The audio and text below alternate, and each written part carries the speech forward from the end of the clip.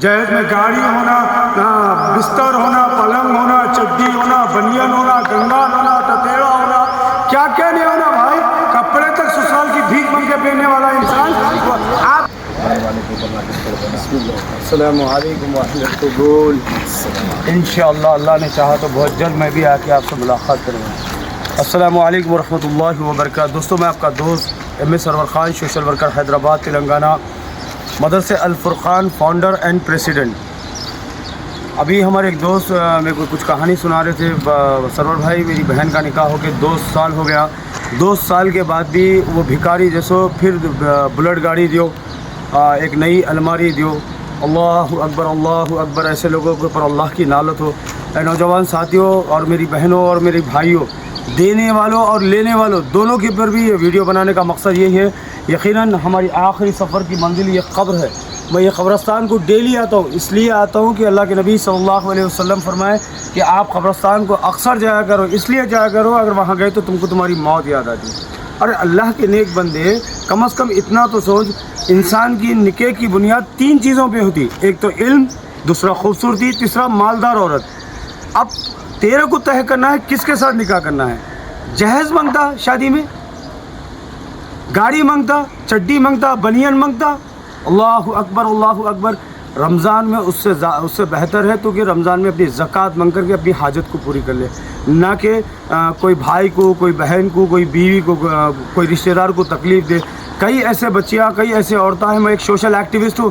دیکھو کئی لوگ بولتے ہیں سرور بھائی گھر میں کھانا مانگ رہے، گھر میں بچی بیٹھی ہوئی ہے، جہیز مانگ رہے. اللہ کی لعنت ہو جہیز لینے والوں پہ، اللہ کی لعنت ہو. اپنے ایک عورت کو جیسو ہم ایک عورت سے لیتے ایک بار، لگانا ہم کو پوری زندگی ہے، پوری زندگی اس کو لگانا ہے ہمارے کو. اگر ہم ایک بار نہیں لے کے جیسے مرد بن گئے تو الحمدللہ اس سے زیادہ ہم اچھے آدمی نہیں ہو سکتے. اب رہا مسئلہ، کئی لوگ میرے کو یہ بولتے ہیں سرور بھائی ہم نہیں لینا چاہ رہے، لوگ دینا چاہ رہے. تو یہ غلط ہے. اگر آپ کو اگر کچھ دینا ہے تو اپنی بیٹی کو اپنی پراپرٹی میں حصہ دو، نہ کہ جہیز. اگر آپ کو اللہ استعداد دیا، اگر اللہ آپ کو کچھ قابل بنایا تو حصہ دو. اللہ سبحانہ و تعالیٰ قرآن میں بولے کہ تم عورتوں سے نکاح کرو، نکاح کر کے اس کو مہر دو، مہر دے کو اپنی زوجیت میں لے لو، نہ کہ اس سے کوئی جہیز نہ ہو. اسلام میں اس میں کوئی سسٹم نہیں ہے شادی کا کھانا وغیرہ. میں چیلنج کر کے بتاتا ہوں، ہندوستان میں نہیں پوری دنیا کے علماء کرام کو فتویٰ لکھ کے دو، بولو شادی کا کھانا جائز ہے.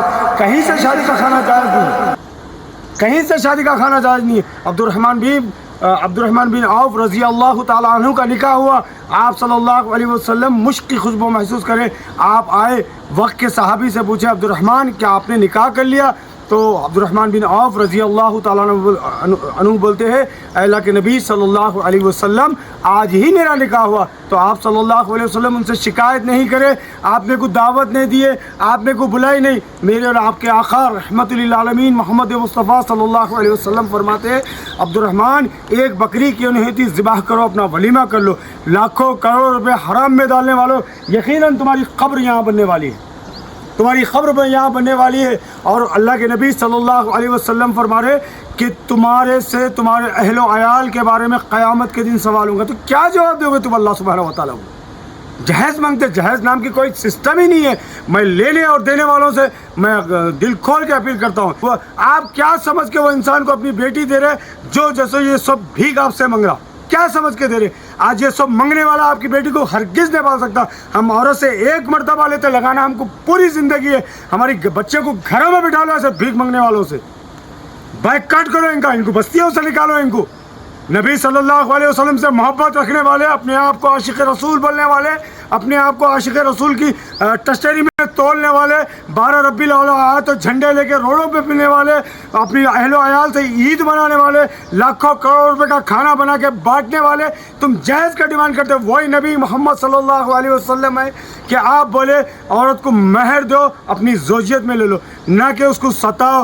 2 سال ہمارے ایک دوست سنا رہے تھے، 2 سال ہو گیا سرور بھائی شادی ہو گئے، وہ بھکاری پھر بلٹ مانگ رہا میرے سے، پھر جیسے نئی الماری دو. بڑا سرور بھائی میں کہاں سے لا کے دوں، میری کمائی اتنی نہیں ہے، میں کہاں سے لا کے دوں. اتنا مجبور نہیں کر دینا کہ وہ بندہ اللہ کی بارگاہ میں ہاتھ اٹھائے تمہارے لیے بدعا کر دے. یقیناً تمہارا ٹھکانہ یہ قبر ہے. تم کتنا بھی کما لو، تم کروڑوں، تم امبانی ہوں گے، تم صدام حسین ہوں گے، ملک کے بادشاہ ہوں گے، تم دنیا کے کہیں کے بھی کچھ بھی ہوں گے، تمہاری قبر یہ ٹھکانہ بننے والی ہے.